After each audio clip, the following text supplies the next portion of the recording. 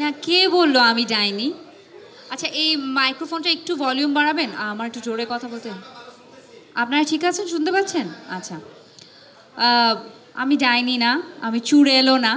আসলে এটা হচ্ছে, যেহেতু আমার পাশে যিনি বসে আছেন উনি হচ্ছে মার্কেটিং মাস্টার আব্দুল আজিজ। অনেক গুণ আছে তার, বাট তার সবচেয়ে বড় গুণ হচ্ছে he is a marketing magician.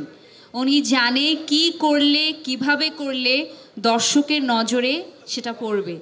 আমি ওনাকে যখন এই পোস্টারটা রিলিজ করলো, আমি বললাম, ভাইয়া আমি কি জিন সিনেমা, আপনি কেন দিলেন এটা?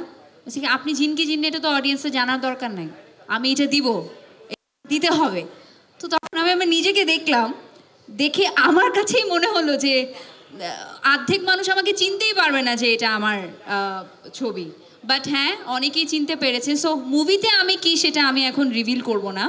তবে আপু যেটা একটা প্রশ্ন করেছেন, আমি প্রস্তুতি নিয়েছি কিনা।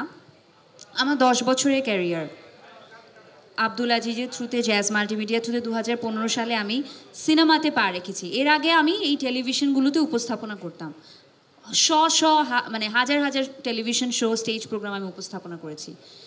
ওটা আর সিনেমার মধ্যে আকাশ পাতাল পার্থক্য রয়েছে। পার্থক্যটা একটাই, যে অ্যাক্টর অ্যাক্ট্রেসদের পর্দায় একটা ফ্যাক্টর লাগে। যে ফ্যাক্টরটা আমাদেরকে খুঁজে বের করতে হবে, আমার ফ্যাক্টর কী। তো প্রথমবার যখন আমি পর্দায় নিজেকে দেখেছি, আমি সেটা খুঁজে পেয়েছিলাম, যেটা আমি কোনোদিন আপনাদেরকে বলবো না। সো প্রতি সিনেমায় আমি চেষ্টা করি আমার যে ফ্যাক্টরটাকে আছে সেটাকে আমি ডিফারেন্টভাবে ক্যাশ করার জন্য। জিন 3-এর জন্য যেটা স্পেশালি আমি করেছি সেটা হচ্ছে, রোমান ভাই এবং আজিজ ভাই আমাকে বলেছে আমরা একটা গার্ল নেক্সট ডোর লুক চাই, যেটা কমার্শিয়াল মুভিতে ফারিয়াকে কখনো দেখেনি। আমি পাতাল ঘর করেছি, ওপার বাংলায় ভয় করেছি, যেগুলো আসলে সেভাবে হলে রিলিজ হয়নি, সে কারণে অনেকেই দেখেনি।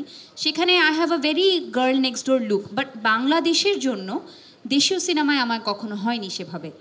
তো this is my first time. সবসময় আমি সিনেমার আগে একটা ডায়েটে চলে যাই, I need to look in a certain way. কারণ কমার্শিয়াল সিনেমায় গান থাকে, একটা একটা একটা ভিন্ন ধরনের একটা লুক থাকে।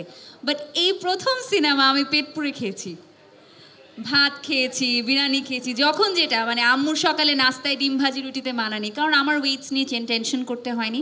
I rather focused on my performance on screen. এই একটা সিনেমার ক্ষেত্রে আমার মনে হয় কোনো স্পেশাল ডায়েটে যেতে হয়নি, কোনো স্পেশাল লুক মেনটেন করতে হয়নি।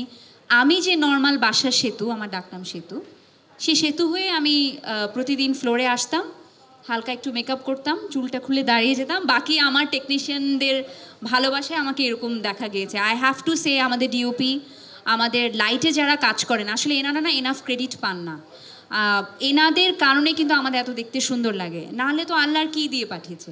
So I would say these are the preparation I maintain. এবং শুটিংয়ের সময় আমরা বলবো আমাদের একটা ভালো টিম বন্ডিং ছিল আপু, যেটা আসলে খুব কম সিনেমায় আমি পেয়েছি। যে আমরা সবাই একসাথে বসে গল্প করতাম, আড্ডা দিতাম। গল্পে আড্ডায় যে সম্পর্ক কত মধুর হয় সেটা আসলে পর্দায় দেখা যায়, কারণ ওনার সাথে কিন্তু আমার ফার্স্ট টাইম কাজ। কেমিস্ট্রিটা কিন্তু মাঝে মাঝে চোখে চোখে তাকিয়ে, ভাইয়া তুমি একটু এরকম, আমি একটু এরকম হয়ে যায়। এই যে মাধুর্যটা, এটা আসলে অনেকটা বন্ধুত্বের কারণেও হয়েছে।